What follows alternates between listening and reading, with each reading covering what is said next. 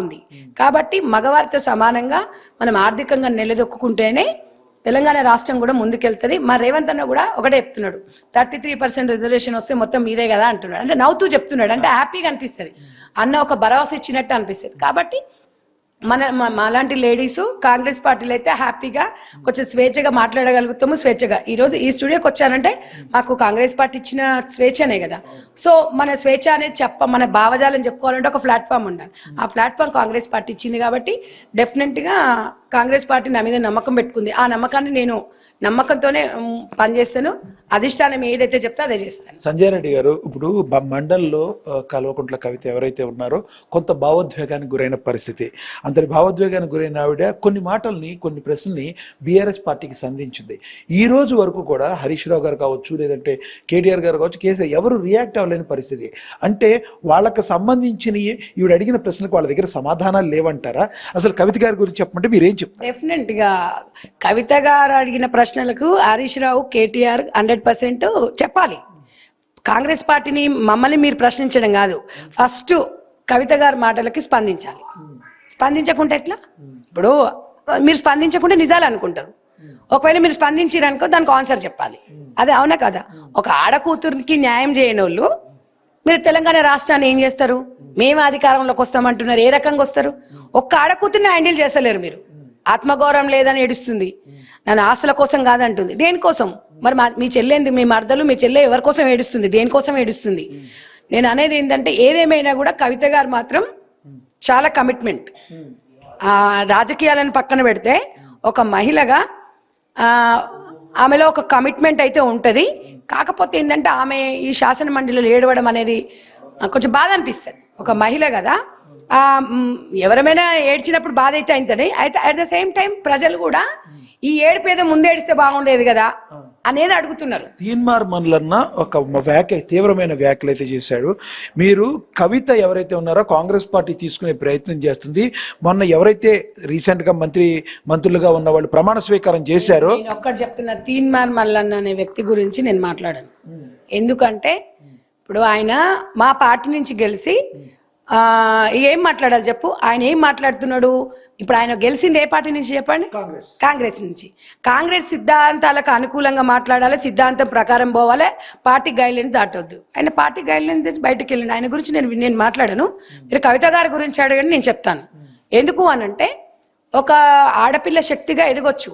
Congress party కవితను లాక్కుంటుందంటే లేదు. అంటే కాంగ్రెస్ పార్టీలో కవిత ఏముందండి? మెండుగా ఉన్నాం ఆడవాళ్ళం, అందరం చక్కగా పనిచేస్తున్నాము.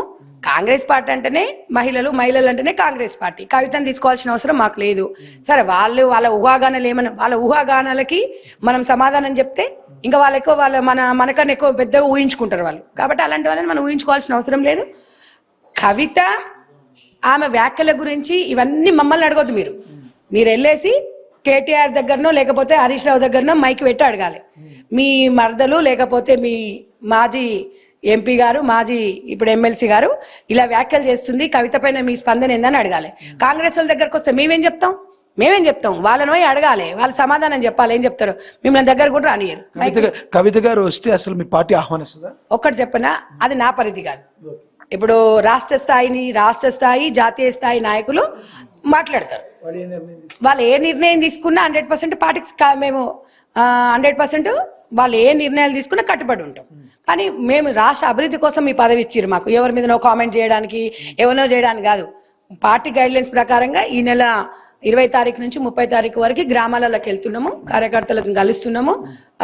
అందరికి కూడా అంటే మన జాతీయ ఉపాధి హామీ పథకాన్ని బీజేపీ పార్టీ ఎట్లయితే మార్చిందో, ఎందుకు మార్చింది, దానివల్ల ఎవరికి లాభం ఉంది ఏందని క్లారిటీగా ప్రతిరోజు 10 రోజులు ఈ కార్యక్రమం చేసిన తర్వాత మళ్ళీ ఫిబ్రవరి 3 నుంచి 13 వరకు నియోజకవర్గం జిల్లా వైజ్గా 1,00,000 మందితో కూడా ర్యాలీ నిర్వహించి అసలు దాని గురించి గతంలో కరువు పని ఎన్ని రోజులు ఉండే, ఎంత దానివల్ల అసలు కరువు పని ఎందుకు కాంగ్రెస్ పార్టీ ప్రవేశపెట్టింది, బీజేపీ పార్టీ ఎట్లా మోసం చేస్తుంది, ఇప్పుడు 9% ఇస్తున్నామని చెప్తుంది, రాష్ట్ర ప్రభుత్వాల మీద 6% ఇవాళ అదనంగా భారం అవుతుంది, వాళ్ళు ఏదో మాకు ఈ చేతితో ఇచ్చి ఈ చేతితో తీసుకోరు అంటే ఇప్పుడు అది ప్రజలకు తెలవాలి. వాళ్ళు ఏమంటారంటే ఇంతకుముందు 6% 9% ఇస్తున్నామంటున్నారు. రాష్ట్ర ప్రభుత్వంలో భారం అంటే రాష్ట్ర ప్రభుత్వం ప్రజల మీద భారం మోపుతున్నారు, మా వ్యక్తుల మీద కాదు. అది కూడా మేము ప్రజలకు తెలియజేస్తాం.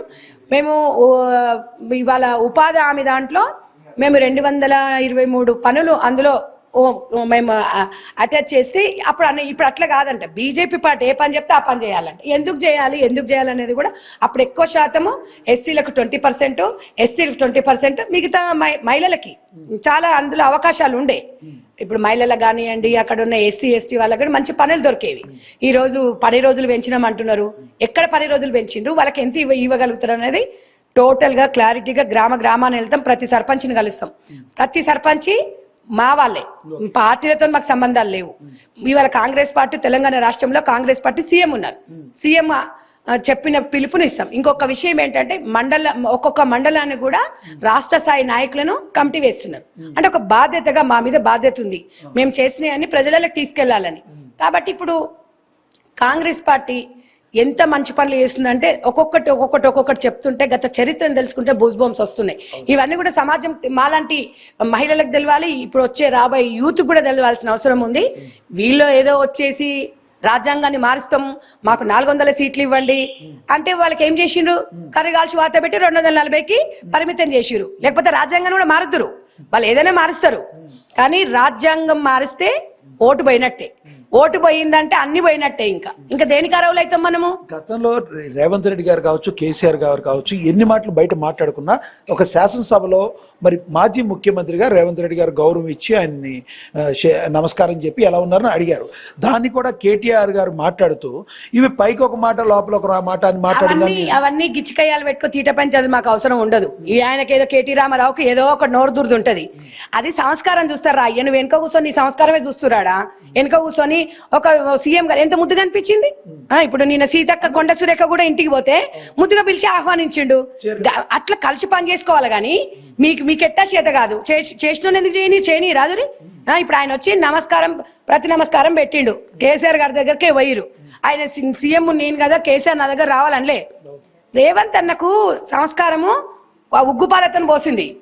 ఆయనకు సంస్కారం ఉంటాయి కదా కేటీ రామారావు లేదు. ఆయన పక్కన కూర్చుంటే తాటి చెట్టు పొడుగు. ఆయన ఎవరు, మన హుజరాబాద్ ఎమ్మెల్యే కౌశిక్ రెడ్డి, పాడి కౌశిక్ రెడ్డి. ఇద్దరు దొరలేగా, దొరస్థాయికి వెళ్ళి వస్తురు కాళ్ళు. దొరల పాలన, ఆ దొరల పాలన లాగా లేదు. అంటే ఏమనుకుంటారు, పెద్ద మీరు లేవకపోతే ఏమన్నా అవుతుందా? జనాలు చూసి మిమ్మల్ని తుప్పుస్తున్నారు. సీఎం గారు ఆయన ఏమన్నాడు, అసెంబ్లీకి పిలిస్తే మీ ఉందాతనాన్ని తగ్గించము అన్నారు. అదే ఉందాతనం పోయిండ్రు. మేం చెప్పేది ఏంది, మీరేం చెప్తారు, మేం చెప్పారు. అసెంబ్లీ అనేది దేవాలయం లాంటిది.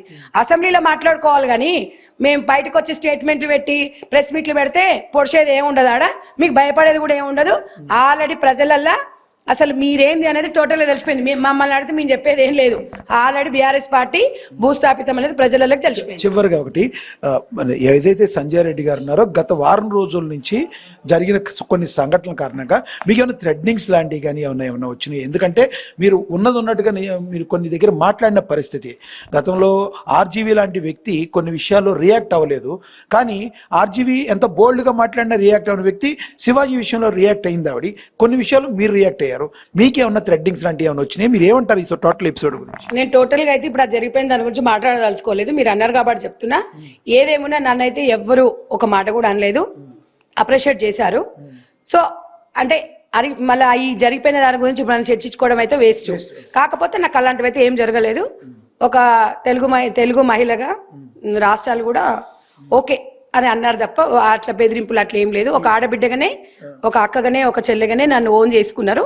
అనసూయ ఒక కౌంటర్ ఇచ్చారు, ఎవరైతే కొంతమంది పరాన్న జీవులు మా మీద బతుకుతారు. నేను ఇప్పుడు అనసూయ గురించి ఇంకా నేను మాట్లాడదలుచుకోలేదు. ఎందుకంటే అది అయిపోయింది. మళ్ళీ అది అయిపోయిన దాన్ని తీసుకొచ్చుకొని మనం దాని గురించి మాట్లాడడం మనకు అనవసరం. ఎందుకంటే ఇప్పుడు రాష్ట్రంలో ప్రజలు వాళ్ళ అభివృద్ధి కోసం మనం పనిచేయాలి. మనకి ఇచ్చిన పదవిని రాష్ట్ర ప్రజల కోసమే వినియోగించుకోవాలి తప్ప మనము ఇప్పుడు ఆమె గురించి మాట్లాడుకొని వీళ్ళ గురించి. తెలంగాణ ప్రజలకు మీరు ఇచ్చే సందేశం ఏంటి? రానున్న ఎన్నికల్లో ఎటువైపు ఉండాలంటే ఏం చెప్తారు? 100% మేము ఇచ్చిన హామీలు నెరవేర్చినాం. అది ఎట్లా నెరవేర్చినాం ఏంది అనేది తెలంగాణ ప్రజలకు తెలిసే విధంగా గ్రామ స్థాయికి వెళ్తున్నాం. ఇంకా గ్రామ స్థాయిని మించిన అదైతే ఉండదు కదా. ఇప్పుడు ఒక సర్పంచ్ నుంచి మేము సర్పంచ్ స్థాయికి వెళ్తున్నాం. అందరిని కలుపుకొని వెళ్ళాలనుకుంటున్నాం. నిన్న చాలా జరిగాయి.